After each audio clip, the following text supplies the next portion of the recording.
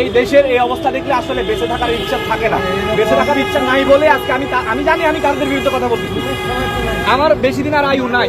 সাংবিধানিকভাবে কোনো প্রধানমন্ত্রী যদি জনগণ দ্বারা গণ আন্দোলনের মুখে পড়ে যদি সে পদত্যাগ করতে বাধ্য হয়, হ্যাঁ, তাহলে সাংবিধানিকভাবে সেই প্রধানমন্ত্রী পরবর্তী প্রধানমন্ত্রী নির্বাচিত হওয়ার আগ পর্যন্ত সেই প্রধানমন্ত্রী থাকবে।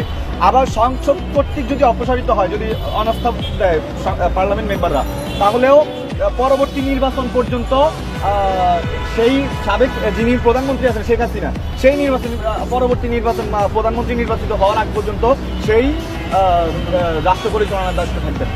এখন যেটার মধ্যেই ছিল বর্তমান সংবিধান তো তাই বলে। এখন আপনার এই জনপ্রতিনিধি ছাড়া আপনার সংসদের একটা বড় অংশের পার্লামেন্ট মেম্বারদের ছাড়া আপনি তো সংবিধান পরিবর্তন করতে পারবেন না।